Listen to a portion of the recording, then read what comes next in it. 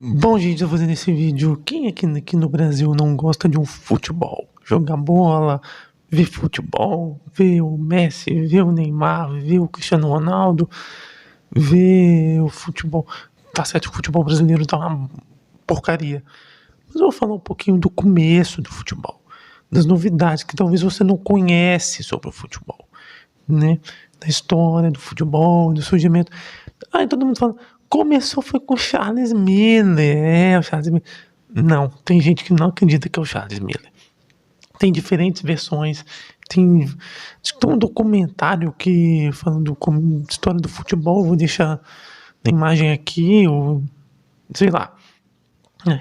E um dos caras que eles falam que trouxeram o futebol para o Brasil é o Thomas Donohoe, né, que fez um time muito antes do Charles Miller, né, a registro desse cara, acho que foi no Bangu, teve registro no Pará, um monte de lugar teve registro de formação de futebol, né? Ou seja, a visão de que o Charles Miller trouxe o futebol para o Brasil não é homogênea, tá? Ela tem várias outras visões que falam de outras pessoas que trouxeram futebol para o Brasil, ok?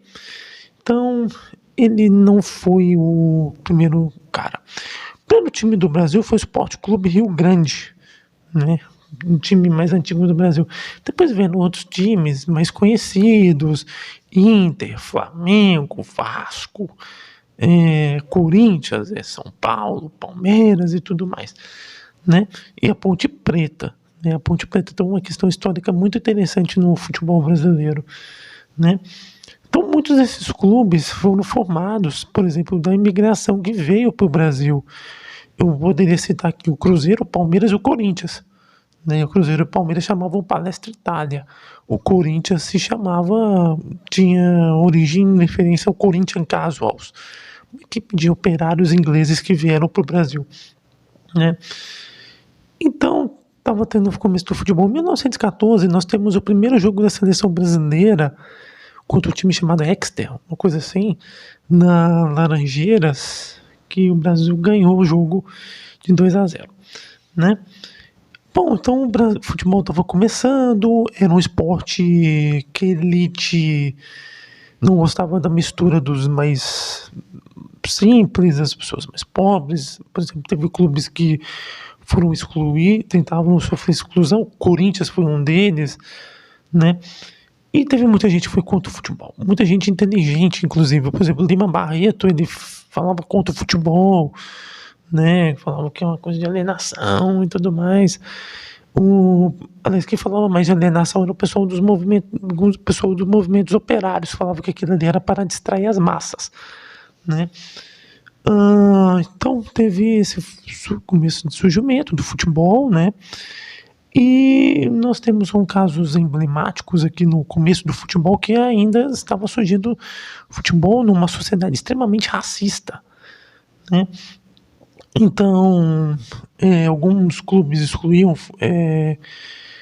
os negros, alguns abraçaram, por exemplo, o primeiro que abraçou não foi o Vasco, foi a Ponte Preta, né? Que tem até o apelido de macaca, apelido pejorativo por causa disso.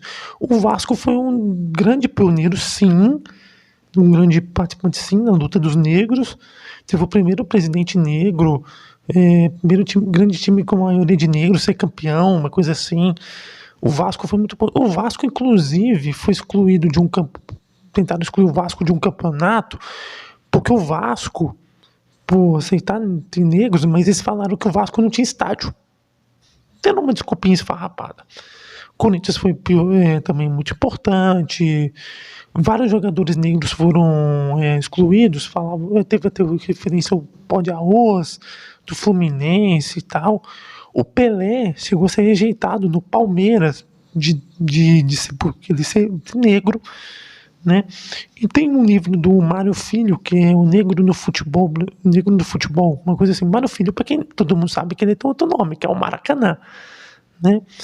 Então, é mais ou menos um pouco esse contexto do surgimento do futebol no Brasil, ok? Então se inscreva no canal, ative o sininho e deixa o joinha. É isso aí, valeu.